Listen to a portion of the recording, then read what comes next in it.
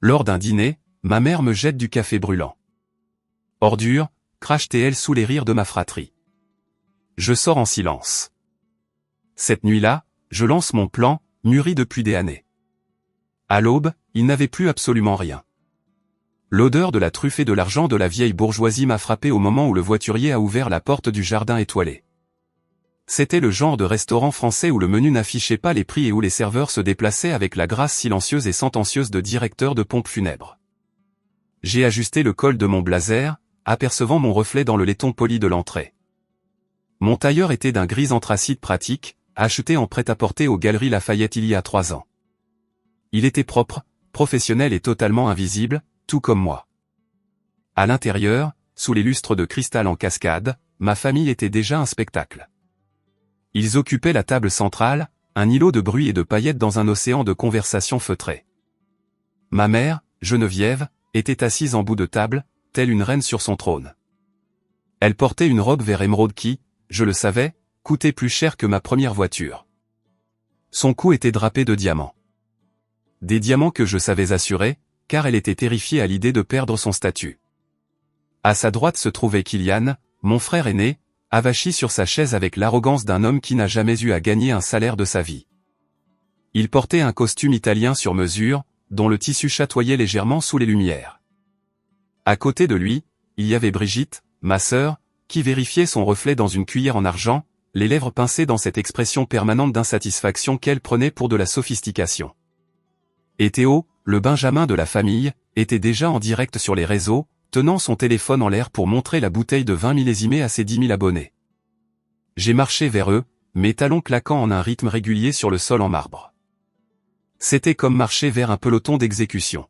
« Oh, regardez !» dit Kylian assez fort pour que les tables voisines entendent. Il ne s'est pas levé. L'aide est arrivée. Brigitte ricana, sans même daigner lever les yeux de sa cuillère. Honnêtement, Catherine, c'est le 60e anniversaire de maman. Tu n'aurais pas pu faire un effort? On dirait que tu es venu faire notre déclaration d'impôt. Joyeux anniversaire, maman, dis-je en les ignorant. J'ai posé un petit paquet cadeau sur la table. Il contenait une lettre sincère et une rare première édition de son roman préféré, quelque chose de réfléchi, de personnel. Geneviève jeta un coup d'œil à la boîte avec le même enthousiasme que l'on pourrait avoir pour un insecte mort. Elle n'y toucha pas. Ses yeux balayèrent ma tenue, s'attardant sur mon porte-documents éraflé. « Tu es en retard, Catherine, dit-elle. » Sa voix était glaciale. « Et tu portes ça. » J'avais spécifiquement dit à tout le monde que c'était une soirée de gala. « Regarde ta sœur. Regarde Kylian. Eux me respectent assez pour s'habiller en conséquence. » Je sors tout juste du travail, maman, dis-je doucement, en tirant la seule chaise vide. Elle était placée maladroitement à l'angle, à moitié hors du tapis, comme si j'étais une pensée après coup. Nous avons eu une crise avec un client. Je ne pouvais pas partir avant. Le travail, gémit Théo en tournant sa caméra vers moi. Dis bonjour au stream, Catherine. Ou pas. Mes abonnés détestent les gens ennuyeux. Mon Dieu, imagine devoir vraiment faire un de 9h à 17h. Impossible pour moi. Ce n'est pas un de 9h à 17h, Théo, marmonnai-je en m'asseyant. Et quelqu'un doit bien travailler dans cette famille. La table devint silencieuse. La pression de l'air chuta. Pardon? Kylian se pencha en avant, ses yeux se plissant. Insinues-tu que nous ne travaillons pas? Je gère le portefeuille immobilier, Catherine. C'est un travail à plein temps. Ce n'est pas parce que tu trimes dans un bureau en tant que... C'est quoi déjà ce que tu fais? Saisie de données, support technique. Ce n'est pas parce que tu es une petite main que nous autres ne sommes pas des visionnaires. Je suis consultante, dis-je, le mensonge standard que je leur servais depuis 5 ans. C'était plus facile que d'expliquer que j'étais la fondatrice et PDG d'Egide Cybersécurité, une société actuellement valorisée à plusieurs centaines de millions d'euros. C'était plus facile de leur laisser croire que j'étais une moins que rien. Ça les empêchait de demander plus que l'allocation mensuelle qu'ils pensaient provenir du fonds fiduciaire de papa. Consultante, rit Brigitte en sirotant son champagne. C'est le jargon d'entreprise pour dire je fais des photocopies et je sers le café. C'est embarrassant, vraiment. nous disons aux gens que tu voyages en Europe. C'est plus charitable que la vérité. J'ai regardé autour de la table. La table était chargée d'amuse-bouches, foie gras, escargots, caviar. L'excès était nauséabond. Je connaissais les chiffres. Je savais exactement combien il y avait dans le fonds fiduciaire que mon père était censé avoir laissé. 0. Papa était mort en faillite. Il l'avait bien caché, mais les dettes étaient massives. Quand il est décédé il y a 5 ans, c'est moi qui ai trouvé les papiers. C'est moi qui ai réalisé que ma mère, qui n'avait jamais travaillé un seul jour de sa vie, et mes frères et sœurs, allergiques à l'effort, se retrouveraient à la rue en un mois. Alors, je suis intervenu. Je venais de lancer Égide. J'ai pris le paiement de mon premier gros contrat et j'ai créé une fausse structure de fiducie. J'y ai injecté mon propre argent, leur laissant croire que papa avait laissé une fortune secrète. Je suis devenu la pourvoyeuse de fonds, le distributeur automatique, le filet de sécurité. Et en retour, ils me traitaient comme de la boue sous leurs chaussures de créateur. J'ai commandé pour toi, dit maman d'un ton dédaigneux, en agitant la main. Juste une salade. On dirait que tu as pris du poids et je ne veux pas que tu gâches les photos de famille avec un double menton. J'ai senti la piqûre familière dans mes yeux, mais je l'ai chassée en clignant des paupières. J'avais 32 ans. Je dirigeais 300 employés. J'avais négocié des contrats avec la DGSE. Je pouvais gérer un commentaire méchant de ma mère. Merci, maman, dis-je, la voix stable. Ne me remercie pas, lança-t-elle. Essaie juste de ne pas nous mettre dans l'embarras ce soir. Les Dubois sont à la table derrière nous. S'ils demandent, tu es mon assistante personnelle. C'est plus crédible que d'être ma fille. Kylian gloussa, faisant teinter son verre contre celui de Brigitte. À l'assistante, se moqua Théil. Je suis restée assise là, à fixer la nappe blanche, à les écouter discuter de leurs prochaines vacances aux Seychelles, un voyage que je savais que je paierais. Je ressentais un étrange détachement, comme si je regardais une pièce que j'avais vue 100 fois. Mais ce soir, quelque chose semblait différent. L'épuisement était plus profond. La patience était plus mince. J'ai regardé ma mère, riant de quelque chose que Théo lui montrait sur son téléphone. Elle avait l'air radieuse, heureuse et complètement inconsciente du fait que chaque fil de vêtements sur son corps était payé par la fille qu'elle venait de traiter de honte. Le serveur est arrivé avec le plat principal. Homard thermidor pour tout le monde.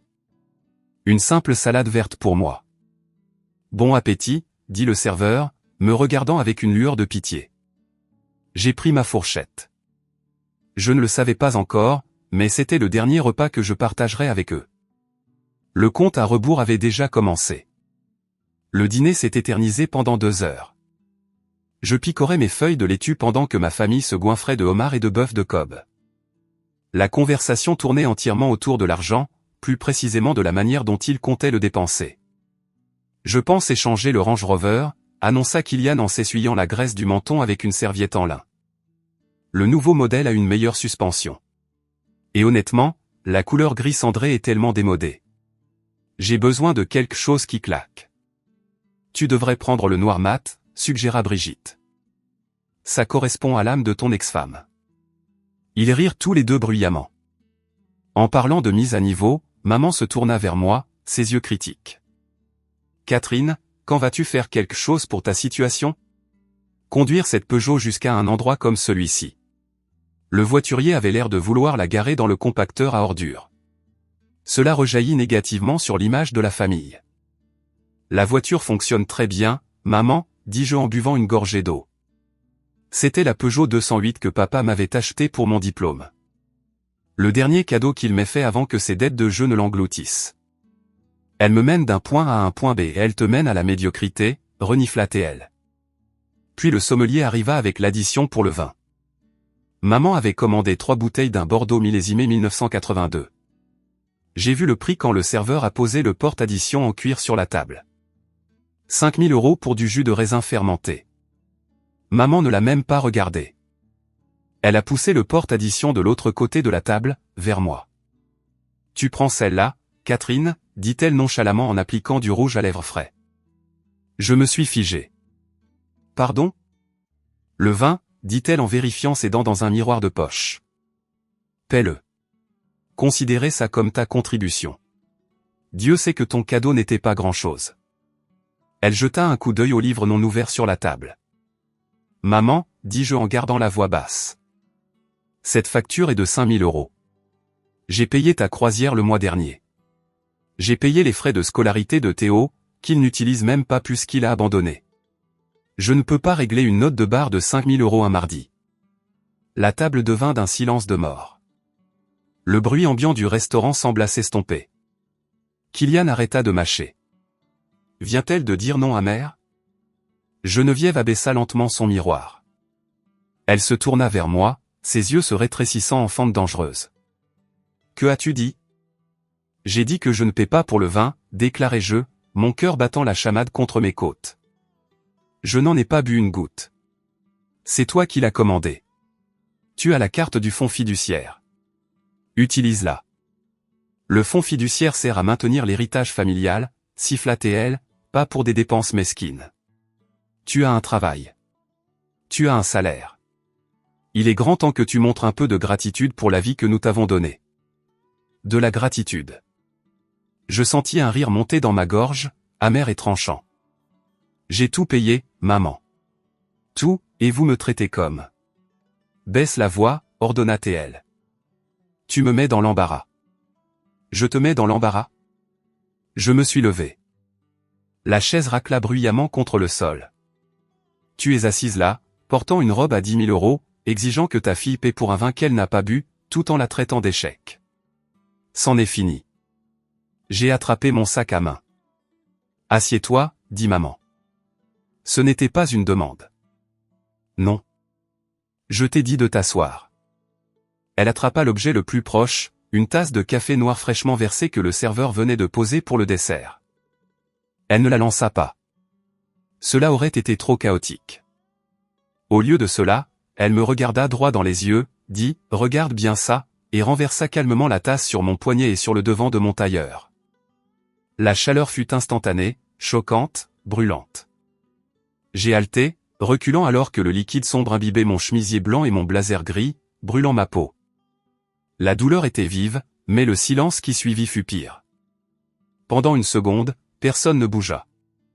Puis Kylian renifla. Ce reniflement brisa la digue. Brigitte se mit à glousser, couvrant sa bouche de sa main. Théo, qui enregistrait toujours, zooma sur la tache de café qui s'étalait sur ma poitrine. « Oh mon Dieu !» rit Brigitte. « On dirait que tu t'es fait pipi dessus, Catherine. » « Voilà, » dit maman en reposant la tasse vide sur la soucoupe avec un tintement délicat, « comment on traite les déchets. Les gens qui ne se respectent pas ou ne respectent pas leur famille méritent d'être souillés. Maintenant, va te nettoyer et paie l'addition. Et ne reviens pas à table tant que tu n'es pas présentable. » Ma peau brûlait. Ma poitrine se soulevait. Je les ai regardés, ma mère, mes frères, ma sœur. J'ai regardé leur sourire cruel et tordu. J'ai regardé le serveur qui fixait le sol, trop terrifié pour intervenir. À cet instant, quelque chose en moi s'est brisé. Mais ce ne fut pas un claquement bruyant. Ce ne fut pas un cri. Ce fut le clic silencieux d'une serrure qui se tourne. L'obligation, la culpabilité, la promesse que j'avais faite à papa de prendre soin d'eux. Tout s'est évaporé. Je n'ai pas essuyé le café. Je n'ai pas pleuré. J'ai redressé ma posture, ignorant la douleur cuisante à mon poignet. J'ai fouillé dans mon sac à main, j'ai sorti 2 billets de 20 € et je les ai posés sur la table. Pour ma salade, dis-je. Ma voix était étrangement calme. Elle ressemblait à la voix d'une étrangère. Où vas-tu? Exigea maman, ses yeux lançant des éclairs. Je ne t'ai pas congédié. Je comprends maintenant, dis-je. Je l'ai regardé, vraiment regardé pour la première fois depuis des années. Je n'ai pas vu une mère. J'ai vu un parasite dans une robe verte. Je comprends enfin. Je me suis retourné et je suis parti. Si tu franchis cette porte, Catherine, hurla-t-elle après moi, abandonnant son murmure, ne t'avise pas de revenir. Tu es banni. Tu m'entends? Banni. Sa menace résonna dans le restaurant silencieux. J'ai continué à marcher, passant devant les visages horrifiés des autres convives, devant le maître d'hôtel tremblant, et je suis sorti dans l'air frais de la nuit. Banni. J'ai failli rire. Elle n'avait aucune idée. L'air nocturne ne calma pas la brûlure sur ma peau, mais il m'éclaircit les idées. Je suis resté assise dans ma Peugeot un instant, serrant le volant jusqu'à ce que mes jointures blanchissent. Mon téléphone vibrait sans cesse. Kylian, tu gâches tout. Maman pleure. Envoie l'argent pour le vin immédiatement. Brigitte, espèce d'égoïste.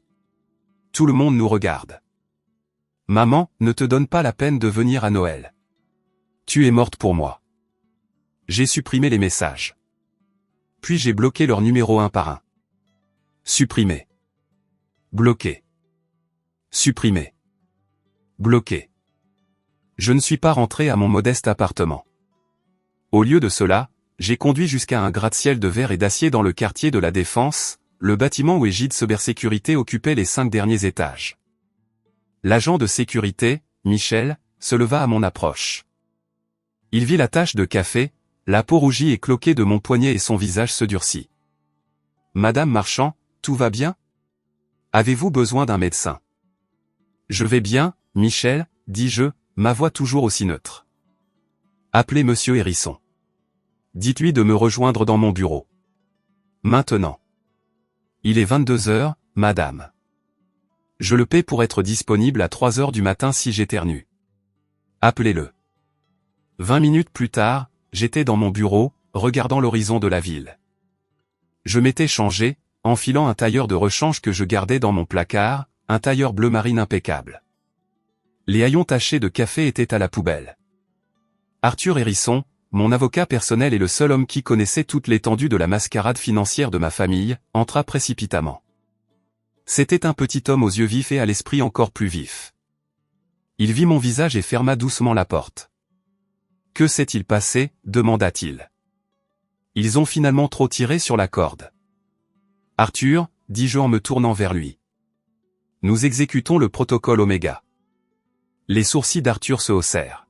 « Oméga, vous êtes sûr ? » C'est l'option nucléaire, Catherine. La politique de la terre brûlée. Il n'y a pas de retour en arrière. Ma mère m'a versé du café bouillant dessus ce soir, dis-je en montrant le pansement que je venais d'appliquer sur mon poignet. Elle m'a traité de déchet. Elle m'a dit que j'étais banni de la famille. Le visage d'Arthur s'assombrit. Je vois. Ils veulent être bannis. Je me suis dirigé vers mon bureau et j'ai déverrouillé le coffre-fort biométrique. J'en ai sorti un épais classeur noir. Donnons-leur ce qu'ils veulent. Expliquez-moi la procédure, dit Arthur en ouvrant son ordinateur portable.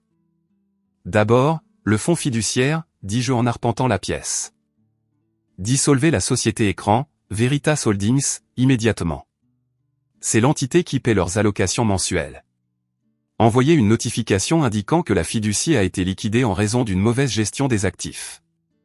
C'est techniquement vrai puisqu'ils ont gaspillé chaque centime. Fait, tapa Arthur furieusement. Les virements automatiques pour le premier du mois étaient prévus pour demain matin. Je les annule maintenant. Bien. Ensuite. La maison. Le manoir est détenu par Égide Immobilier SAS, me rappela Arthur. Votre mère a signé un contrat de location il y a 5 ans, bien que je doute qu'elle l'ait lu. C'est un bail précaire révocable à volonté. Révoquez-le, dis-je. Émettez un avis d'expulsion. Donnez-leur, soyons généreux, 72 heures. Mais coupez les services publics ce soir. Le contrat stipule que les services publics sont couverts tant que le compte est en règle. Puisque je dissous la source de financement, le compte est vide. Électricité, eau et Internet coupés avant minuit. Arthur hocha la tête. Et les voitures ? Le Range Rover de Kylian et la Mercedes de Brigitte sont des leasings d'entreprise sous l'égide de Veritas. Si Veritas n'existe plus, les leasings sont nuls. Appelez l'agence de recouvrement. Dites-leur que les véhicules sont non autorisés et doivent être sécurisés immédiatement. Ça va les détruire, Catherine, dit doucement Arthur. Ils n'ont aucune épargne, aucun revenu. Ils ne seront pas seulement pauvres, ils seront dans la misère. Je pensais au café qui coulait sur ma poitrine. Je pensais aux commentaires sur les déchets. Je pensais à 5 années à financer leur luxe pendant que je mangeais des restes et conduisais une voiture de 10 ans juste pour tenir la promesse de mon père. Ils ont la santé, dis-je froidement. Et maman a un placard plein de sacs Hermès. Elle peut les vendre ou les manger. Je m'en fiche. Il y a encore une chose, dit Arthur en hésitant. Le poste de Kylian à la société de courtage. Vous savez qu'il n'a ce travail que parce que vous gérez leur contrat de cybersécurité. Vous aviez stipulé qu'il l'emploie comme gestionnaire de relations. Rédigez une lettre au PDG, dis-je. Dites-leur qu'Egide réexamine ses relations avec ses fournisseurs et joignez le dossier que je vous ai envoyé la semaine dernière. Celui qui montre que Kylian a détourné des fonds des comptes de clients. Arthur me dévisagea. Vous aviez cette preuve. Je suis une experte en cybersécurité, Arthur. Je surveille tout. Je le protégeais, je l'empêchais d'aller en prison. Mais ce soir. Je me penchai en avant, posant mes mains sur le bureau en acajou. Ce soir, j'en ai fini d'être le bouclier. Envoyez le dossier. Laissez-le faire face aux conséquences de ses propres actes. Et votre sœur. Son mari, Robert, la trompe. Il utilise leur compte joint pour payer un appartement en ville à sa maîtresse.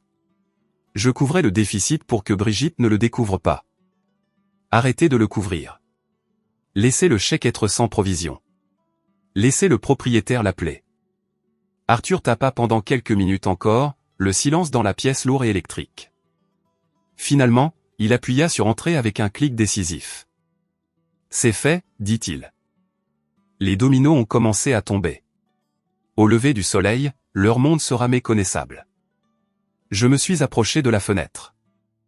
Je pouvais voir les lumières de la ville s'étaler sous moi. Quelque part là dehors, ma mère dormait probablement dans ses draps de soie, rêvant de son prochain gala, complètement inconsciente que le toit au-dessus de sa tête n'était plus le sien. Merci, Arthur, dis-je. Vous allez rentrer chez vous? Non, dis-je en m'asseyant dans mon fauteuil de direction en cuir. Je vais rester ici. Je veux regarder. J'ai affiché les flux de sécurité sur mon moniteur, pas les flux du bureau, mais ceux que j'avais installés au manoir des années auparavant à des fins de sécurité. J'ai vu l'extérieur de la maison. C'était sombre et paisible. Que la lumière soit, murmurai-je. Puis j'ai regardé sur l'écran les projecteurs extérieurs vaciller et s'éteindre. Le système de domotique s'est mis hors ligne. Le portail s'est verrouillé. La guerre avait commencé. Je n'ai pas dormi. Je ne pouvais pas. L'adrénaline était un carburant puissant. J'ai passé la nuit dans mon bureau, surveillant le démantèlement de la réalité artificielle de ma famille. C'était comme assister à une démolition contrôlée. Précise, bruyante et irréversible. Le soleil s'est levé sur la ville à 6h15. Peignant le ciel de teintes orange violent et violet contusionné. Au manoir, le chaos a commencé à cette heure précise. J'ai regardé le flux de sécurité du portail d'entrée, qui fonctionnait sur une batterie de secours indépendante. Une dépanneuse, massive et implacable, a reculé dans l'allée. 2 hommes en combinaison de travail en sont sortis. Ils n'ont pas frappé. Ils n'ont pas demandé la permission. Ils ont accroché le Range Rover bien-aimé de Kylian. Mon téléphone, que j'avais débloqué juste pour assister aux retombées, s'est allumé. Kylian, maman, quelqu'un vole ma voiture. Appelle la police. J'ai regardé sur l'écran Kylian sortir en courant de la maison en pyjama de soie, agitant les bras comme un épouvantail frénétique. Il criait après le chauffeur de la dépanneuse. Le chauffeur lui a simplement tendu un presse-papier. Kylian a déchiré le papier, l'a jeté par terre et a essayé de bloquer physiquement le camion.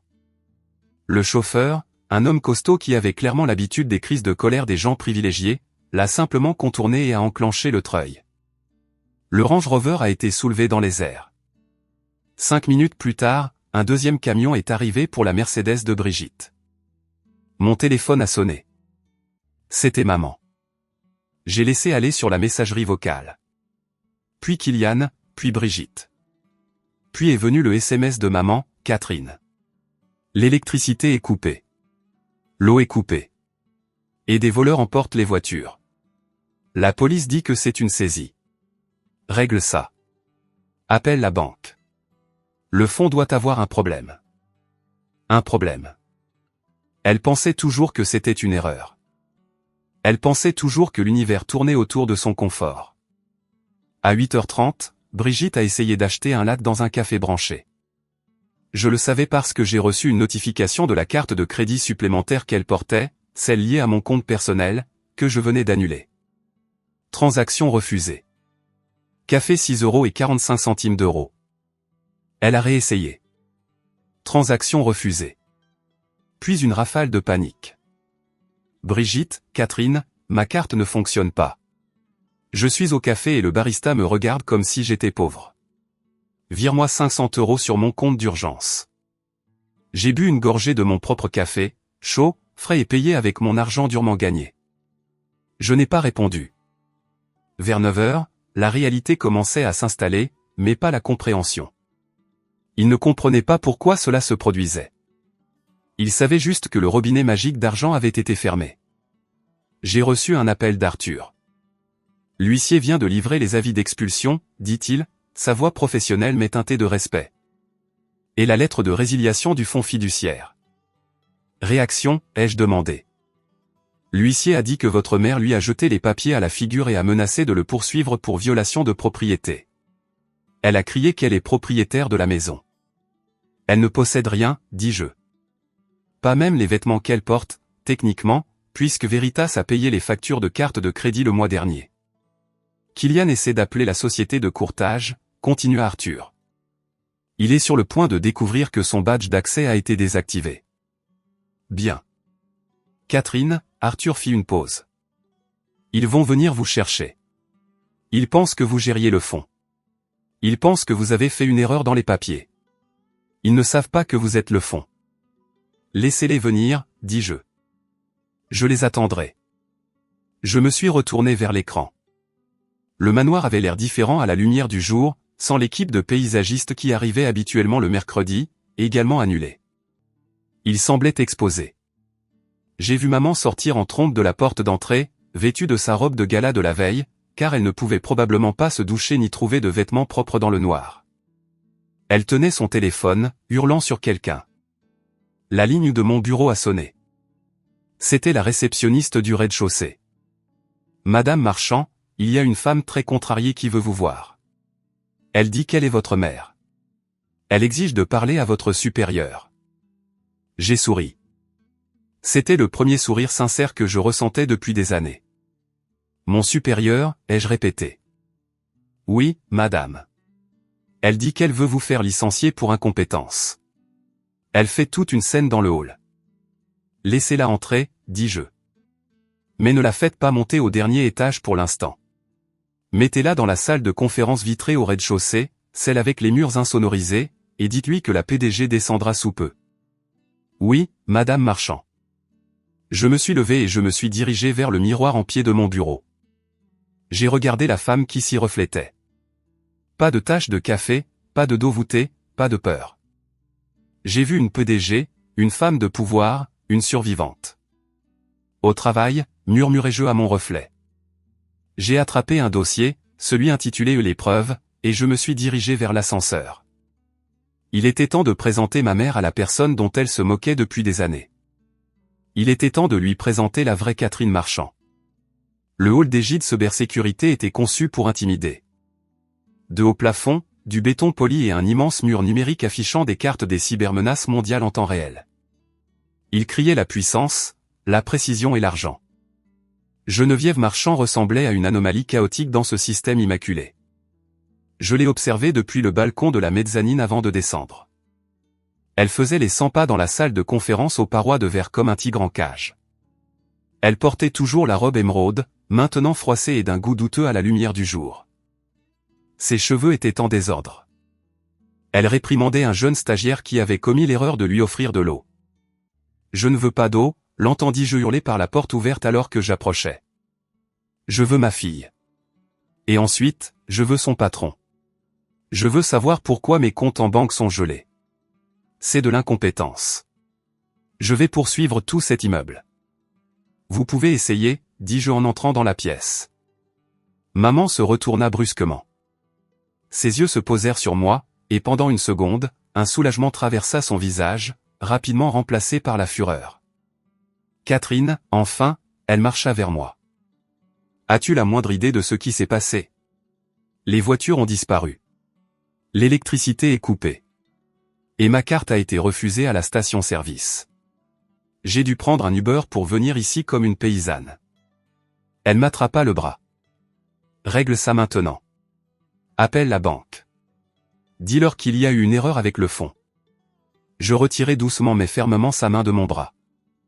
Il n'y a pas d'erreur, mère. De quoi parles-tu? Bien sûr qu'il y en a une. Ton père nous a laissé des millions. Si l'argent n'est pas là, c'est parce que elle s'arrêta, ses yeux se plissant. Attends. L'as-tu volé? C'est ça? As-tu détourné notre argent? L'accusation était si prévisible qu'elle en était ennuyeuse. Je n'ai rien volé, dis-je calmement. Parce qu'il n'y avait rien à voler. Ne me mens pas. Nous avons vécu confortablement pendant 5 ans. D'où venait cet argent? Il venait de moi, dis-je. Elle cligna des yeux.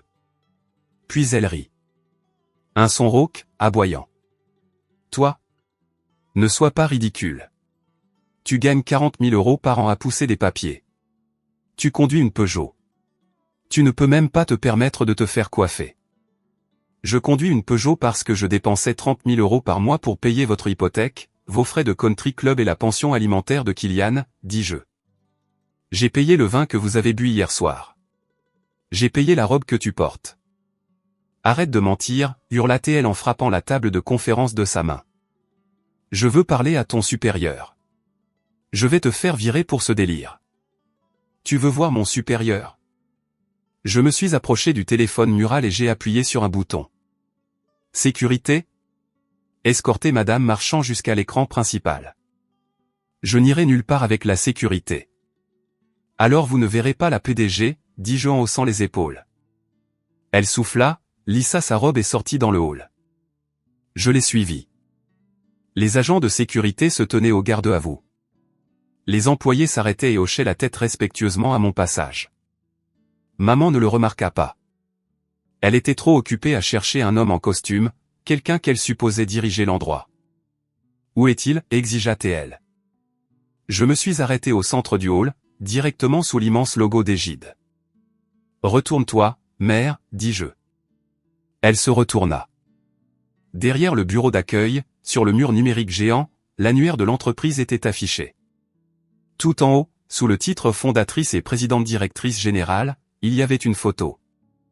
C'était une photo de moi. Pas la fille timide et voûtée qu'elle connaissait, mais moi, dans un tailleur de pouvoir, l'air confiant et redoutable.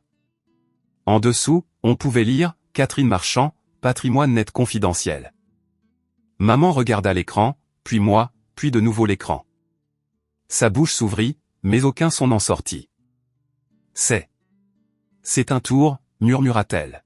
« Tu es secrétaire ici. Tu as couché avec le patron et tu l'as fait mettre ta photo. » J'ai soupiré. Son déni était pathologique. J'ai bâti cette entreprise, mère, à partir de rien. Pendant que tu te moquais de moi parce que je travaillais tard, je codais. Pendant que tu me traitais de déchet, je décrochais des contrats avec des entreprises du CAC 40. Je suis Égide. Non. Elle secoua la tête. Non. Si tu avais de l'argent, pourquoi vivais-tu comme ça? Pourquoi nous as-tu laissé te traiter? Parce que j'ai fait une promesse à papa. Je me suis approché, ma voix tombant à un murmure. Il est mort sans un sou, maman. Il a tout perdu au jeu. Sur son lit de mort, il m'a supplié de prendre soin de vous, de ne pas vous laisser savoir que vous étiez dans la misère. Alors, je ne l'ai pas fait. J'ai travaillé jusqu'à l'épuisement pour financer votre vie de rêve. Je t'ai laissé te moquer de moi parce que je t'aimais. Je me suis penché, mon visage à quelques centimètres du sien, mais ensuite, tu m'as versé du café dessus et tu m'as traité de déchet. Son visage devint blême. La réalité commençait à fissurer l'illusion. Alors, continuai-je, j'ai arrêté. J'ai arrêté de payer les factures. J'ai arrêté d'alimenter les comptes. J'ai arrêté d'être la pourvoyeuse de fonds. Tu ne peux pas faire ça, balbutia-t-elle, la voix tremblante. Nous sommes une famille. Tu ne peux pas nous laisser sans rien. Vous avez ce que vous avez mérité, dis-je. C'est-à-dire rien. Je te poursuivrai, cria-t-elle, la peur se transformant de nouveau en agression. Je te poursuivrai pour tout ce que tu as. L'argent de ce fonds nous appartient. Tu l'as volé. Vas-y, dis-je en désignant la porte. Mais avant de le faire, tu devrais savoir que Kylian a été arrêté. Elle se figea. Quoi? J'ai envoyé les preuves de son détournement de fonds à son entreprise hier soir. La police l'a arrêté il y a 20 minutes.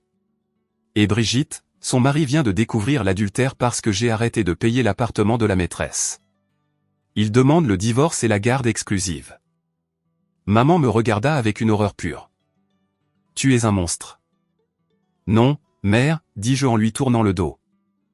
Je suis juste le déchet qui se sort tout seul. Sécurité, sortez cette femme de mon immeuble. Je suis retourné à mon bureau au dernier étage, mon cœur battant un rythme régulier et lourd contre mes côtes. Voir les gardes de sécurité escorter ma mère hors du bâtiment ne ressemblait pas à une victoire. C'était comme une amputation. Nécessaire, mais douloureuse. Je me suis assise dans mon fauteuil et j'ai tourné mon attention vers le mur de moniteur. Je devais être prête. La menace de maman de me poursuivre n'était pas vaine. Elle était désespérée, et les gens désespérés allument des incendies. J'ai ouvert le dossier qu'Arthur et moi avions compilé, les preuves. Ce n'était pas juste une façon de parler. C'était littéralement des preuves. 5 années de preuves. J'ai ouvert le premier fichier, les déclarations de revenus. Papa n'était pas seulement mort sans le sou. Il était mort en devant des millions au fisc. J'avais réglé la dette discrètement pour préserver la maison, en la payant avec mes premiers revenus. Mais pour maintenir le mensonge du fonds fiduciaire, j'avais dû remplir les déclarations de revenus pour le fonds familial. Chaque année, maman signait les documents fiscaux sans les lire. Si elle avait regardé, elle aurait vu que le revenu était listé comme un don de Catherine Marchand, et non un héritage de Robert Marchand. Signature, Geneviève Marchand. Date, 14 avril 2021. C'était là. Une preuve irréfutable. Elle avait légalement reconnu que l'argent était un don. Fichier suivant. Les frais de scolarité de Kylian. Kylian prétendait avoir une bourse pour son MBA. La vérité, j'ai payé les 60 000 € de frais de scolarité directement à l'université. J'avais les chèques annulés. J'avais aussi l'échange de mai où il me demandait de truquer une lettre de bourse pour que maman ne sache pas qu'il n'y avait pas droit. Je l'avais fait. J'avais falsifié une lettre pour protéger son ego. Maintenant, cette falsification était la preuve de sa fraude, pas de la mienne. J'ai cliqué sur le dossier de surveillance. C'était le plus difficile à regarder. C'était une compilation de clips des caméras de sécurité à l'intérieur du manoir. Clip 1. Noël 2022. Maman tenant un collier de diamants que je lui avais acheté anonymement via le fonds. Dieu merci, Robert nous a laissé de l'argent, dit-elle à Brigitte. Tu imagines si on devait compter sur Catherine? Elle m'achèterait probablement un grille-pain. Elles rirent. Clip 2. Thanksgiving 2023. Kylian avachi sur le canapé. Je dois demander une augmentation au fiduciaire. Cette allocation est une blague. Dis juste à Catherine d'envoyer un email à l'avocat, dit maman. Elle est douée pour prendre les ordres. J'ai regardé ces clips, sentant la vieille colère se solidifier en une armure. Il ne me haïssait pas seulement. Il me méprisait. Il considérait mon existence comme une commodité, comme l'électricité ou l'eau courante. Utile, mais indigne d'attention jusqu'à ce que ça cesse de fonctionner. Mon interphone a sonné. Madame Marchand. Monsieur Hérisson est de retour. Arthur entra, l'air sombre. Il tenait une tablette. Ils agissent vite, dit-il. Ils ont trouvé un avocat. Un type véreux qui fait sa pub sur les bus. Ils viennent de déposer une injonction d'urgence. Pour quel motif? Maltraitance de personnes âgées, vol d'héritage et, tenez-vous bien, infliction intentionnelle de détresse émotionnelle. J'ai ri. Détresse émotionnelle. C'est la meilleure. Ils vont aussi voir la presse, m'a averti Arthur. Ils créent une histoire. La méchante fille magnate de la tech qui vole sa mère veuve.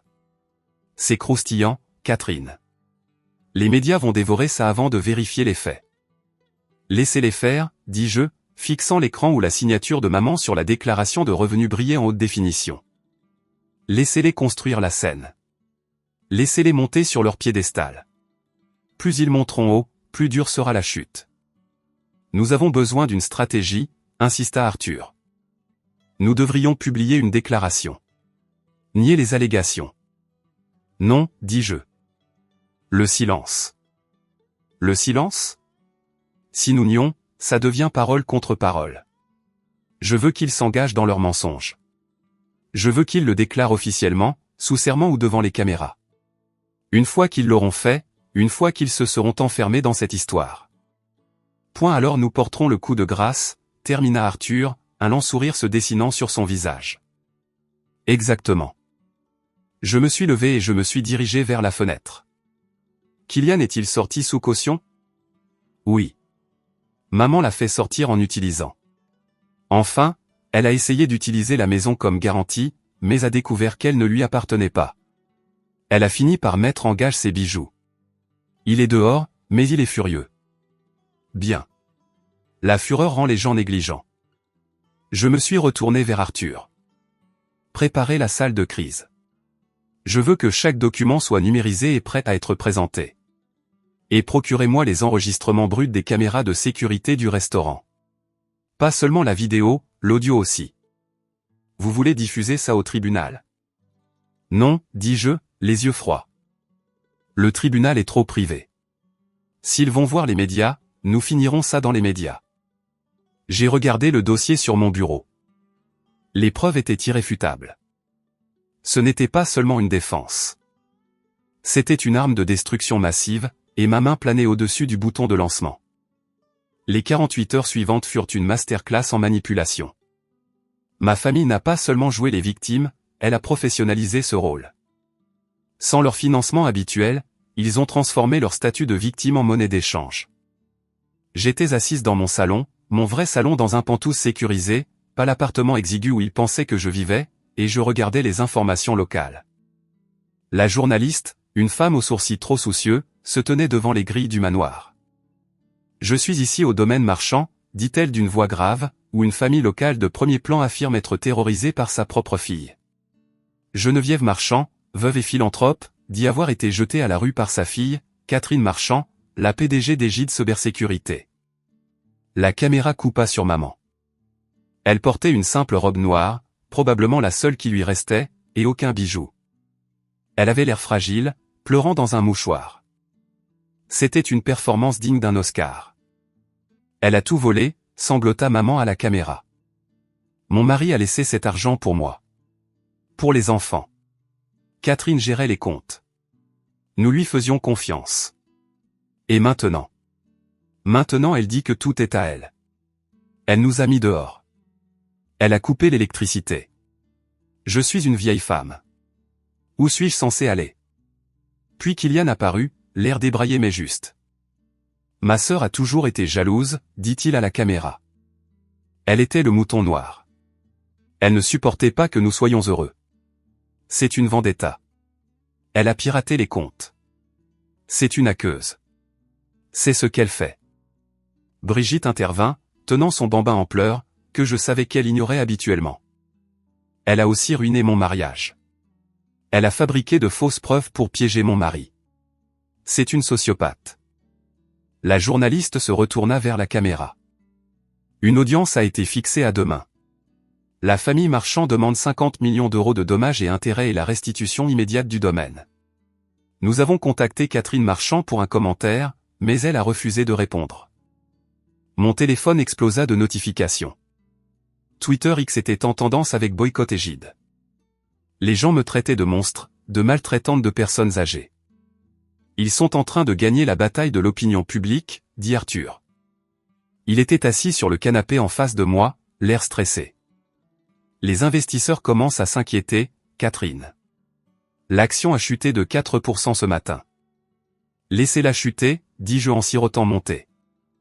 Elle rebondira au double demain. Vous avez des nerfs d'acier, Arthur secoua la tête. Ils ont déposé une requête d'urgence pour une saisie conservatoire sur la maison et une injonction pour geler vos avoirs personnels. Le juge a accordé une audience préliminaire pour demain matin à 9 h. Parfait, dis-je. Parfait, Catherine? Si le juge les croit, il pourrait geler vos comptes. Et Gilles pourrait être paralysé. Il ne les croira pas, dis-je. Parce qu'ils ont commis une erreur fatale. Laquelle? Ils ont menti dans une déclaration sous serment. J'ai pris le dossier juridique qu'Arthur avait apporté. Juste ici, paragraphe 4. La plaignante, Geneviève Marchand, affirme que les fonds de la fiducie Veritas provenaient uniquement de la succession de Robert Marchand. Oui, c'est un parjure, dis-je simplement. Ils viennent de mentir à un juge. Maintenant, non seulement nous allons gagner, mais nous allons détruire leur crédibilité pour toujours. Allons-nous au tribunal demain? Oui, mais pas seulement au tribunal. Je me suis levé. Organiser une conférence de presse sur les marches du palais de justice immédiatement après l'audience. Dites aux médias que je ferai une déclaration et que je publierai des preuves numériques. Vous allez montrer les preuves. Je vais tout montrer, dis-je. Ils voulaient un spectacle. Je vais leur donner un blockbuster. Je suis allé à mon placard et j'ai choisi ma tenue pour demain. Pas le tailleur gris de la fille invisible. Pas le tailleur marine de la PDG d'entreprise. J'ai choisi un tailleur blanc, impeccable, immaculé, la couleur de la vérité, ou d'un enterrement, selon le point de vue. Mon téléphone a sonné de nouveau. Un numéro masqué. J'ai répondu. Catherine, c'était Brigitte. Sa voix était basse. Écoute, maman est folle. D'accord. Je ne voulais pas faire l'interview. Elle m'a forcé. Est-ce qu'on peut trouver un arrangement? Si je témoigne contre Kylian, tu rétabliras mon allocation? J'ai écouté sa voix. La sœur qui avait ri pendant que le café coulait sur ma chemise. La sœur qui m'avait traité d'échec. Elle vendait sa propre mère pour un chèque. Il n'y a pas d'arrangement, Brigitte, dis-je doucement. S'il te plaît, Robert m'a mise à la porte. Je suis dans un hôtel Formule 1. Tu sais ce que ça sent? Ça sent les conséquences, dis-je. On se voit au tribunal. J'ai raccroché. Le piège était tendu. Il pensait m'avoir acculé. Il pensait que la pression de la mauvaise presse me ferait céder et signer un chèque juste pour que ça s'arrête. Ils avaient oublié qui j'étais. Je n'étais pas seulement leur fille. J'étais l'architecte de toute leur vie. Et j'étais sur le point de leur retirer le plan de sous les pieds. Le palais de justice était un cirque. Les journalistes grouillaient sur les marches, les caméras se bousculant pour une place. Quand ma voiture de fonction s'est arrêtée, les flashs étaient aveuglants. Je suis sorti, flanqué d'Arthur et de 2 de mes gardes du corps personnel. Je portais le tailleur blanc. Je portais des lunettes de soleil sombre. Je n'ai pas dit un mot alors que les journalistes criaient des questions. Avez-vous volé l'argent de votre mère? Est-il vrai que vous avez expulsé votre propre famille? Avez-vous un commentaire sur les allégations de fraude? J'ai marché droit devant, mon visage un masque de pierre. À l'intérieur de la salle d'audience, l'atmosphère était lourde. Ma famille était assise du côté des plaignants. Maman sanglotait de nouveau dans un mouchoir. Kylian me foudroyait du regard, tapant nerveusement du pied. Brigitte ne me regardait pas. Leur avocat, un homme nommé Monsieur le maire, un nom presque trop parfait pour être vrai, se leva. Votre honneur, commença-t-il en gesticulant de manière théâtrale. Nous sommes ici pour mettre fin à une grave injustice. Cette femme, Catherine Marchand, a utilisé ses compétences techniques pour détourner l'héritage de sa famille. Elle a manipulé les relevés bancaires, a mis sa mère âgée à la porte de sa maison ancestrale et détient leur héritage en otage. La juge, une femme sévère nommée Madame la juge Dubois, me regarda par-dessus ses lunettes. Madame Marchand, comment répondez-vous? Arthur se leva. Votre honneur, nous demandons le rejet immédiat de toutes les accusations et nous demandons des sanctions contre les plaignants pour avoir intenté un procès frivole basé sur un parjure. Le parjure est un mot fort, maître, dit la juge Dubois. Nous avons des preuves, votre honneur, dit Arthur. Quel que soit l'héritage que les plaignants prétendent exister, c'est une fabrication. La défenderesse, ma cliente, a été la seule source de soutien financier pour cette famille pendant 5 ans. Menteur, hurla maman depuis son siège. Il nous a laissé des millions. Silence. La juge Dubois frappa de son marteau. Un autre éclat, Madame Marchand, et je vous fais l'expulser. Arthur tendit un épais classeur à l'huissier. Votre honneur, pièce à conviction A, les documents de faillite de Robert Marchand, datés d'il y a 5 ans. Pièce à conviction B, la comptabilité judiciaire de la fiducie Veritas, montrant que chaque dépôt provenait des comptes personnels de Catherine Marchand. Pièce à conviction C, les déclarations de revenus signées par Geneviève Marchand reconnaissant ces fonds comme des dons. La juge ouvrit le classeur. La pièce devint silencieuse. On n'entendait que le bruissement du papier. L'avocat de maman avait l'air nerveux. Il se pencha vers maman. Vous m'avez dit que l'argent venait de votre mari. C'était le cas, siffla-t-elle. Elle a falsifié ses papiers. La juge Dubois leva les yeux. Son expression était passée du scepticisme à l'incrédulité. Madame Marchand, demanda la juge. Avez-vous signé ces déclarations de revenus? Je signe beaucoup de choses. Catherine s'occupe de la paperasse. Les avez-vous lues? Non. Je lui faisais confiance. Nul n'est censé ignorer la loi, dit sèchement la juge. Elle se tourna vers moi. Mademoiselle Marchand, avez-vous quelque chose à ajouter? Je me suis levé. Oui, votre honneur. Les plaignants affirment que je leur ai causé une détresse émotionnelle et que je les ai humiliés. Je voudrais soumettre une dernière preuve pour établir la dynamique de cette relation. Elle est pertinente pour leur plainte de victimisation. Procédez. Arthur connecta son ordinateur portable au système d'affichage du tribunal. Cette vidéo a été prise il y a 3 jours au restaurant Le Jardin Étoilé, dis-je. L'écran s'anima. L'audio était clair. Regarde bien ça. La voix de Geneviève retentit dans la salle d'audience silencieuse. Voilà comment on traite les déchets. La vidéo montra le versement du café. Le rire, le reniflement de Kylian, le gloussement de Brigitte, ma sortie silencieuse. Toute la salle d'audience haleta. Même la sténographe judiciaire arrêta de taper. J'ai regardé ma famille. Maman était pâle, se tenant la poitrine. Kylian avait l'air de vouloir vomir. Brigitte avait la tête dans les mains. La vidéo se termina. Votre honneur, dis-je, la voix stable. Je n'ai pas volé leur argent. J'ai arrêté de leur donner le mien. Je ne les ai pas expulsés de leur maison. Je les ai expulsés de ma maison. Et quant à la détresse émotionnelle, je pense que la vidéo parle d'elle-même. La juge Dubois fixa l'écran blanc pendant un long moment. Puis elle regarda ma mère avec une expression de pur dégoût. Affaire classée, dit la juge, frappant le marteau si fort que cela résonna comme un coup de feu. Sans possibilité d'appel. Et maître le maire, je vous suggère de conseiller à vos clients que s'ils remettent un jour les pieds dans ma salle d'audience avec un dossier aussi frauduleux, je les ferai arrêter pour outrage au tribunal. L'audience est levée. Je me suis retourné pour partir. Maman se jeta sur moi, mais l'huissier lui barra le passage. Catherine, attends, gémit-elle. On peut en parler. C'était un malentendu. Je ne me suis pas arrêté. J'ai franchi les portes de la salle d'audience, Arthur juste à côté de moi.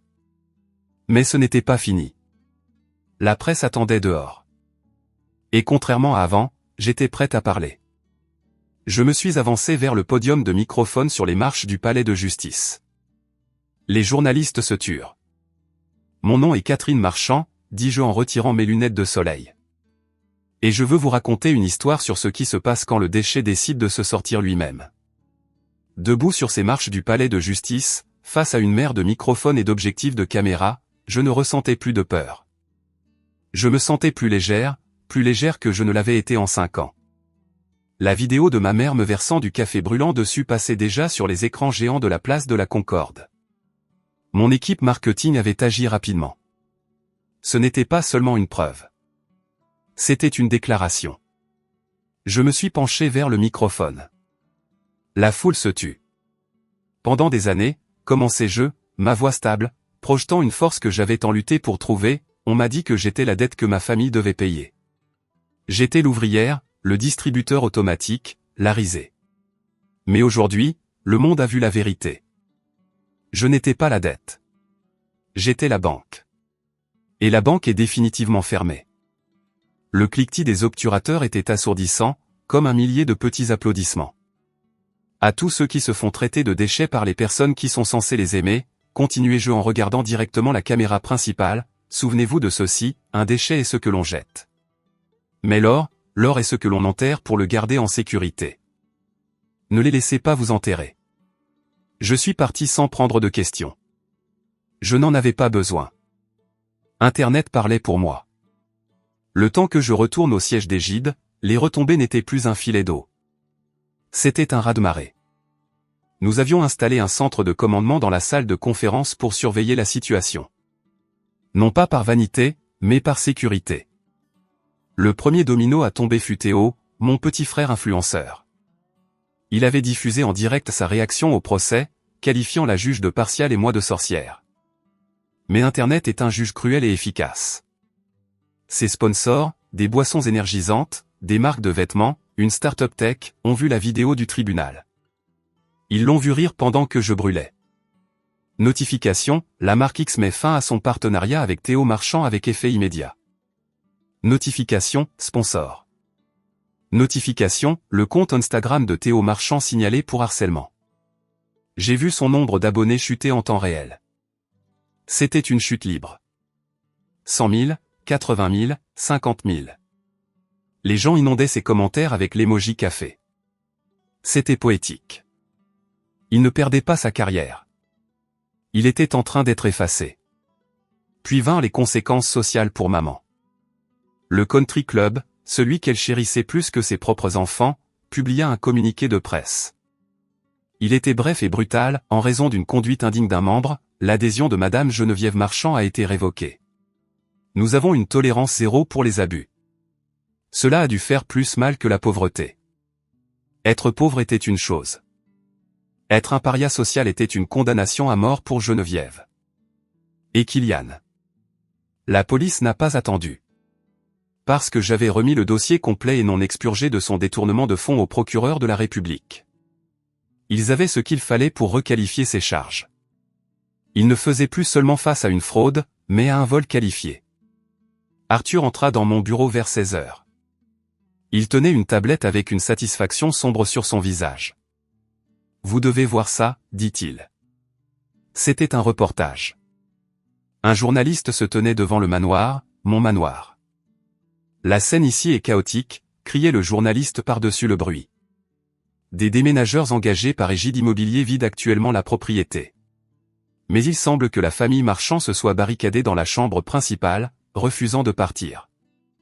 Ils squattent, demandai-je en sirotant mon thé. Ils essaient, corrigea Arthur. Mais la gendarmerie est arrivée. Ils exécutent l'ordonnance d'expulsion. J'ai regardé sur l'écran la porte d'entrée être forcée. Quelques instants plus tard, mon frère Kylian était emmené menotté, hurlant qu'il connaissait des sénateurs. Puis vint Brigitte, se cachant le visage avec une veste. Et enfin, maman. Elle ne criait pas. Elle avait l'air sous le choc. Elle tenait un unique sac Louis Vuitton, le serrant contre sa poitrine comme un radeau de sauvetage. Un gendarme la guida le long de l'allée, passant devant les voisins qui s'étaient rassemblés pour regarder. Les mêmes voisins qu'elle méprisait pour leur pelouse mal entretenue. C'était fini. La maison était vide. Les comptes étaient à sec. La réputation était incinérée. J'ai éteint la télé. Arthur, dis-je, changez les serrures et mettez la maison sur le marché demain. Tous les profits iront à une œuvre de charité. Quelle œuvre, demanda-t-il. Le fonds de soutien aux grands brûlés, dis-je, un petit sourire ironique touchant mes lèvres. Ça me semble approprié. La satisfaction ne fut pas une vague soudaine. C'était une lueur lente et chaleureuse. C'était la sensation d'enlever un sac à dos lourd après une randonnée de 15 kilomètres. Mais je les connaissais. Je savais que le silence ne durerait pas. Le désespoir rend les gens audacieux. Et ils étaient sur le point d'apprendre le goût du vrai désespoir. Si vous regardez ceci et que vous avez déjà ressenti le poids de porter des gens qui ne traverseraient pas la rue pour vous aider, cliquez sur le bouton j'aime. Faites-moi savoir que je ne suis pas seul. Car ce qui s'est passé ensuite a prouvé que certaines personnes n'apprennent jamais tant qu'elles n'ont pas touché le fond. 3 semaines plus tard, le silence fut rompu. Je travaillais tard dans mon bureau pentouze. Les lumières de la ville en contrebas étaient un rappel réconfortant du chemin parcouru. Mon système de sécurité a sonné. Madame Marchand. La voix du gardien de nuit crépita. Il y a 3 personnes dans le hall. Elles disent être de votre famille. Elles refusent de partir tant qu'elles ne vous auront pas vu. J'ai vérifié la caméra du hall. Je les ai à peine reconnues. Maman portait un manteau qui semblait trop grand de 2 tailles et effiloché à l'ourlet. Ses cheveux, habituellement teints d'un châtain parfait, montraient des racines grises, 1 centimètre de réalité crue. Brigitte avait l'air épuisée, des cernes sous les yeux, vêtue d'un jean et d'un t-shirt. Kylian était absent, vraisemblablement il profitait encore de l'hospitalité de la prison du comté puisque personne ne pouvait payer sa caution. Théo était là, regardant le sol, son téléphone nulle part en vue. Laissez-les monter, dis-je. Vous êtes sûre, madame? Oui. Escortez-les et restez près de l'ascenseur. Je voulais voir ça. J'avais besoin de voir ça. C'était le dernier chapitre du livre que j'étais en train de fermer. Quand les portes de l'ascenseur se sont ouvertes, ils sont entrés timidement dans mon hall. Le pentouze était à couper le souffle, minimaliste, cher et de bon goût. Tout ce que maman avait toujours prétendu avoir, je le possédais vraiment. Ils se tenaient groupés sur le sol en marbre, effrayés de toucher quoi que ce soit. Catherine, dit maman. Sa voix était fêlée, dépourvue du ton impérieux que j'avais connu toute ma vie. Merci de nous recevoir. Je me tenais près de la cheminée, ne leur offrant pas de siège. Vous avez 5 minutes. Que voulez-vous? Nous voulions nous excuser, dit-elle en se tordant les mains. Nous avons beaucoup réfléchi. Vivre à l'hôtel nous a donné une autre perspective. Une perspective, répétai-je sèchement. C'est comme ça que vous appelez ça? Nous avons eu tort, intervint Brigitte en s'avançant.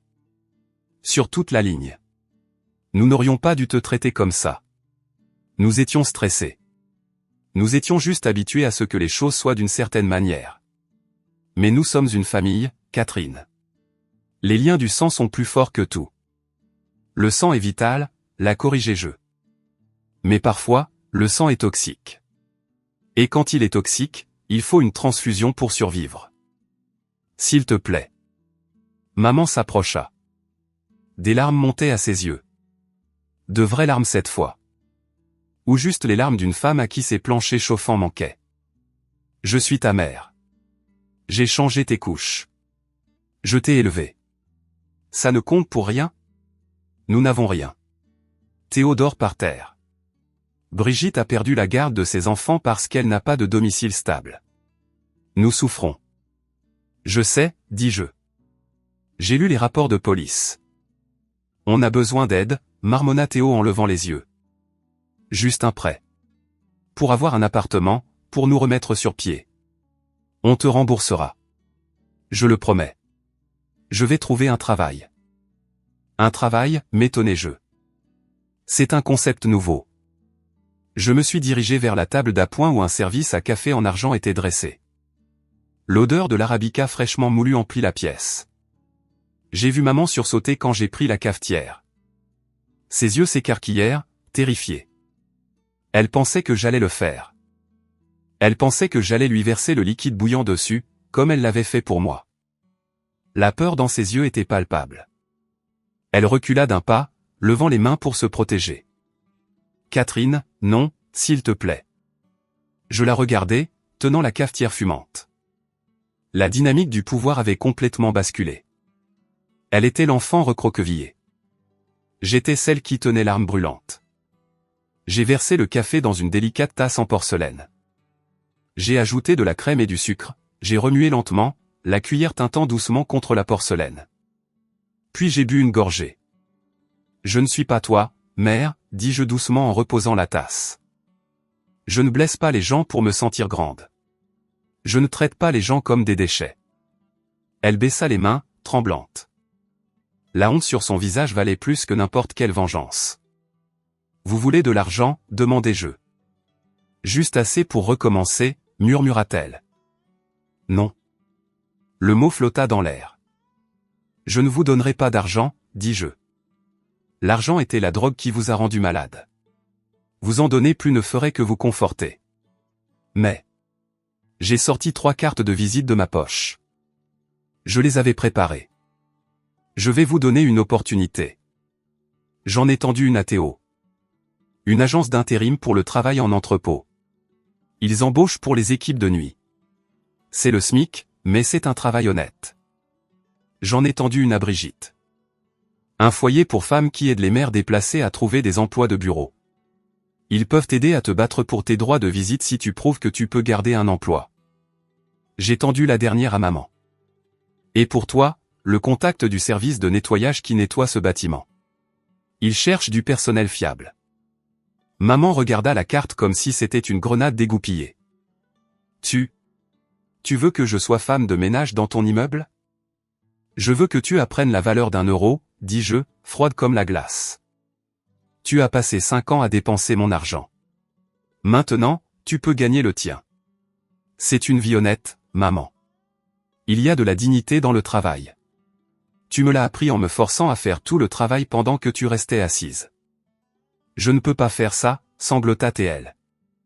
Je suis Geneviève Marchand. Geneviève Marchand est une fraudeuse en faillite, dis-je. Tu n'es plus que Geneviève maintenant. Prends le travail ou non. Mais cette porte se ferme, et une fois qu'elle se fermera ce soir, elle ne s'ouvrira plus jamais. J'ai appuyé sur le bouton de l'ascenseur. Adieu. Ils sont restés là un long moment. Théo fut le premier à bouger. Il a glissé la carte dans sa poche et est entré dans l'ascenseur. Il avait l'air vaincu, mais pour la première fois, il avait l'air réel. Brigitte a suivi, s'essuyant les yeux. Maman me regarda une dernière fois. Elle regarda le luxe qui m'entourait, puis la carte du service de nettoyage dans sa main. Elle ne s'excusa pas de nouveau. Elle hocha simplement la tête, d'un mouvement saccadé et brisé, et entra dans l'ascenseur. Les portes se refermèrent. J'étais seul, et dans ce silence, je ne me sentais pas seul. Je me sentais purifié. Si vous pensez que vous leur auriez donné de l'argent, tapez 1 dans les commentaires. Mais si vous pensez qu'ils avaient besoin d'apprendre cette leçon à la dure, tapez 2. Parce que honnêtement, leur donner de l'argent n'aurait fait que payer leur prochaine erreur. J'ai choisi de payer pour leur éducation à la place. 1 an. C'est le temps qu'il faut pour que les saisons changent, pour que les cellules se régénèrent et pour que les empires soient complètement oubliés. Je ne les surveillais plus obsessionnellement. Je n'en avais pas besoin. Mais dans une ville de cette taille, les nouvelles voyagent, surtout quand on gère le réseau. J'étais assise au jardin étoilé. Oui, le même restaurant. Mais cette fois, je n'étais pas assise à la table du coin. J'étais assise à la meilleure table, près de la fenêtre. Je ne portais pas un tailleur au rabais. Je portais une robe en soie sur mesure. Et je n'étais pas seul. J'étais avec David. David était différent. C'était un architecte, quelqu'un qui construisait des choses plutôt que de les détruire. Il ne savait pas grand-chose de mon argent quand nous nous sommes rencontrés, et il s'en fichait quand il l'a découvert. Il me traitait avec une douceur qui me surprenait encore parfois. « Tu souris ?» dit David en tendant la main sur la table pour prendre la mienne. « À quoi penses-tu ?»« Juste à quel point la vue est différente d'ici, » dis-je. J'ai regardé vers les portes de la cuisine. Elles se sont ouvertes et une femme est sortie avec un bac pour débarrasser une table voisine. Elle portait un uniforme noir générique, ses cheveux attachés en arrière dans un filet. Elle avait l'air plus âgée, fatiguée, des rides d'épuisement profondément gravées sur son visage. C'était maman. Elle ne m'a pas vu au début. Elle était trop concentrée à racler les restes d'une assiette. La femme qui claquait des doigts pour appeler les serveurs était maintenant celle à qui on claquait des doigts. « Excusez-moi » dit un client à la table d'à côté. « Vous avez oublié un endroit ici. »« Je suis désolé, monsieur » dit maman, sa voix humble, la tête baissée. « Je vais m'en occuper tout de suite. » Elle essuya la table. Puis elle leva les yeux. Nos regards se croisèrent. Pendant une seconde, le restaurant s'arrêta. J'ai vu l'éclair de reconnaissance, la soudaine inspiration. J'ai vu la honte inonder son visage, le rendant cramoisi. Elle regarda ma table, les verres en cristal, le vin que je payais moi-même avec plaisir, le bel homme qui tenait ma main. Elle regarda ses propres mains, gercées et rouges à cause de l'eau savonneuse. Elle n'est pas venue. Elle n'a pas fait de scène. Elle a simplement hoché la tête, une petite reconnaissance presque imperceptible de la réalité qu'elle habitait maintenant. Puis elle a ramassé son lourd bac de vaisselle sale et est retournée dans la cuisine. Je n'ai pas ressenti de joie. Je n'ai pas ressenti de tristesse. Je me sentais juste en équilibre. La balance de l'univers s'était réajustée. Elle gagnait sa vie. Enfin. J'ai appris plus tard que Kylian avait plaidé coupable. 3 ans en sécurité minimale suivis de sursis. Il travaillait à la bibliothèque de la prison. Ironiquement, c'était la première fois de sa vie qu'il était entouré de livres. Peut-être avait-il appris quelque chose. Brigitte fut la surprise. Elle avait pris le travail au foyer pour femmes. C'était un travail difficile, mais elle se battait. Elle avait un petit studio. Elle voyait ses enfants le week-end. La dernière fois que j'ai entendu parler d'elle, elle payait son propre compte Netflix. La barre n'était pas haute, mais elle l'avait franchie. Ils survivaient. Ils apprenaient à être des êtres humains sans la béquille de mon exploitation. D'une certaine manière, les couper de ma vie était la chose la plus gentille que j'ai jamais faite pour eux. Je les ai sauvés de leur propre suffisance. Tout va bien, demanda David en me serrant la main. Je le regardais, me détournant de la porte de la cuisine. Oui, dis-je, et je le pensais. Tout est parfait. Ma vie aujourd'hui n'est pas définie par le traumatisme du passé, mais elle en est certainement informée. Je n'ai pas seulement accumulé l'argent que j'ai économisé en coupant les ponts avec les sangsues. Je l'ai mis au travail. Il y a 6 mois, j'ai lancé la fondation Maminou Rose, du nom de la seule femme de cette famille qui m'ait jamais vraiment aimé. La fondation se concentre sur l'éducation financière des femmes et fournit une aide juridique aux victimes d'abus financiers. Nous aidons les personnes qui sont piégées, les personnes qui sont les pourvoyeurs de fonds saignés à blanc par des parents ou des partenaires narcissiques. Nous leur donnons la stratégie de sortie que j'ai dû construire pour moi-même. Je donnais un discours au gala de la fondation la semaine dernière. J'ai regardé la foule, de jeunes entrepreneurs, des survivants, des gens qui avaient traversé le feu et en étaient sortis de l'autre côté. Ils m'ont dit que j'étais un déchet, ai-je dit au public. Ils ont essayé de me souiller. Mais voici le truc avec les taches. Elles vous montrent où le tissu est faible. Et une fois que vous les avez lavés, vous savez exactement où renforcer les coutures. Les applaudissements furent tonitruants. Après le gala, je suis rentré chez moi, non pas dans une maison vide, mais dans un foyer rempli de chaleur. David était là, lisant sur le canapé. Mon chien, un bâtard de refuge nommé Chanceux, a couru pour m'accueillir. Je me suis assise sur le balcon, regardant la ville qui, je le pensais autrefois, m'avalerait tout entière. J'ai pensé à la fille dans la Peugeot pleurant à cause d'une tache de café. J'ai voulu remonter le temps pour la serrer dans mes bras. J'ai voulu lui dire, tiens bon, ça va s'arranger, mais seulement si tu fais en sorte que ça s'arrange. La famille, ce n'est pas seulement l'ADN. C'est un accident biologique. La famille, ce sont les gens qui vous respectent. Les gens qui vous encouragent quand vous gagnez et vous tendent une serviette quand on vous renverse du café dessus, ils ne rient pas. J'ai toujours le reçu de ce dîner au jardin étoilé. Je l'ai encadré. Il est accroché dans mon bureau à domicile, juste à côté de ma couverture de Forbes. C'est un rappel. Coût du dîner, 5000 €. Coût de la tache de café, douloureux. Coût de la liberté, inestimable. J'ai pris une profonde inspiration, inhalant l'air frais de la nuit. J'étais libre. J'étais aimé. Et plus important encore, j'étais l'auteur de ma propre histoire. Alors, à tous ceux qui écoutent, si vous êtes celui qui porte le poids du monde pour des gens qui ne tiendraient pas une porte pour vous, laissez-le tomber. Laissez-le s'écraser. Laissez le bruit les effrayer. Et puis partez vers votre propre avenir, calme et magnifique. Vous méritez d'être le personnage principal de votre vie. Ne laissez personne vous reléguer au rôle de figurant. Все, лифт ждет. Так, надо скрыть, короче, экран, чтобы она чат не видела. Сейчас я вот так вас поставлю. Надо экран скрыть, чтобы она чат не видела. Бля, если она за плитку не будет, так доната отключу. Я доната отключаю, пацаны. Где тут, блядь, режим маскировки, чат... Сейчас пока чат оставлю. Так. Просто ебать будешь, осуждаю, блядь. Бля, пиздатая тема в моблине, режим маскировки можно сделать. Типа, просто черный экран. Волосы, да, убрал. Убрал волосы, убрал. Сейчас просто поедем еще по городу, блядь, там машину помоем с мойки. Изнутри надо отпылесосить. Шелуху хочу похавать, блядь. Осуждаю, поддерживаю, блядь, долбоебов в чате, блядь. Нахуй ты запретку пишешь, придурок, блядь. Осуждаю, не поддерживаю, блядь. Колобок, блядь, ебаный рот. Запретки пишут, посмотри в чат. Сколько лет? Да я откуда знаю, блядь. Ну, сейчас увидите, сейчас увидите. Сейчас увидите, блядь.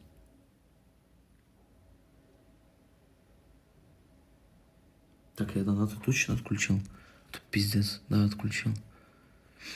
Сейчас зайдет.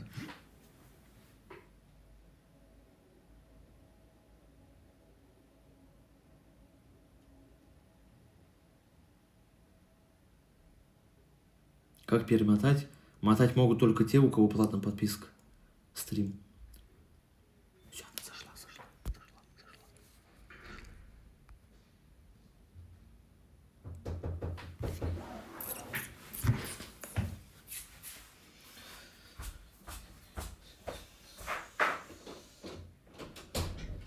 Я лифт ждала долго. Что говоришь?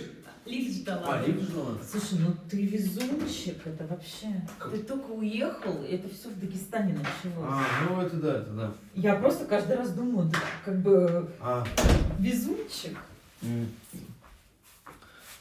Так, забыл деньги, блядь. Забыл.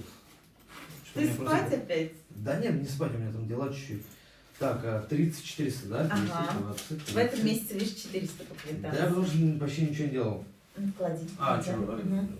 нельзя в руки, что ли? Да, я тебе каждый раз говорю, ты все А что ж, руки сломать? Нет, считается, что энергия денег, короче, ты Энергия. свою энергию отдаешь, то Энергия. есть как бы это. Все, я повскакала. Давай.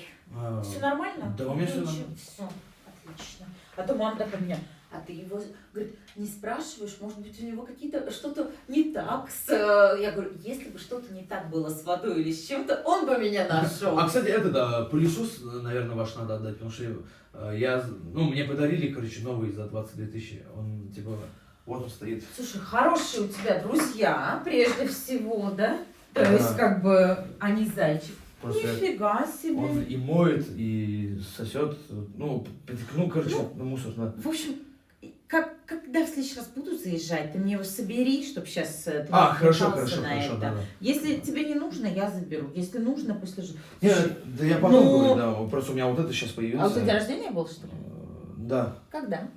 8 декабря. И это Подарили сейчас. Вася хорошие друзья, но с плохой памятью, я поняла. Слушай, ну классно вообще, супер.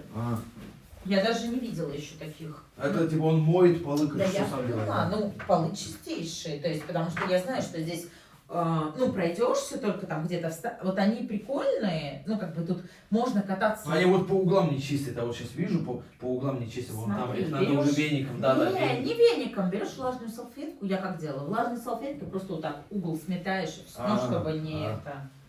Я и дома, у меня же парогенератор, и вот я за парогенератором тоже вот, что бы ни было, ну, то есть, у тебя, конечно, вот идеальное состояние пола, потому что я, когда Я здесь люблю жила... чистоту, я не люблю. Нет, я когда здесь жила, я понимаю, насколько хорош пылесос, потому что тут, не знаю, тут только встал, и то есть как бы сразу какой-то этот.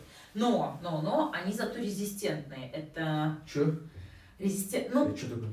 в общем, если мы тут с тобой вдвоем будем кататься на роликах, то, скорее всего, полу ничего не будет. Коньки уже, может быть, какие-то следы коньки, это останутся. понятно, на коньках. То есть, как бы, а так, в принципе, я 5 миллиметров просила, чтобы... Ну, то есть, тут очень защита хорошая. Ну у меня там резиновые эти колеса Мгм. на нем. Резиновые Нет, колеса. я в том плане, что тут прям резистентно, потому что я, говорит, вы какую хотите защиту? Я говорю, мне побольше лучше. То есть, как бы, и вот я выбрала побольше. Все, давай, не буду Всё. отвлекаться. Да, хорошо. Всё, давай, счастливо. Короче, сделаю. Ага. Спасибо. Бля, пацаны, вы сейчас могли услышать не лизунчик, а везунчик, блядь. Не лизунчик, блядь. Не лизунчик, пацаны, если что. Все, отдал, блядь. Отдал. Она хочет тебя чего, блядь? Кого хочет тебя? Она... Странно. Все, я отдал. Пойдемте, блядь. Надо машину помыть, дела сделать, блядь. Короче, Марат, тебе надо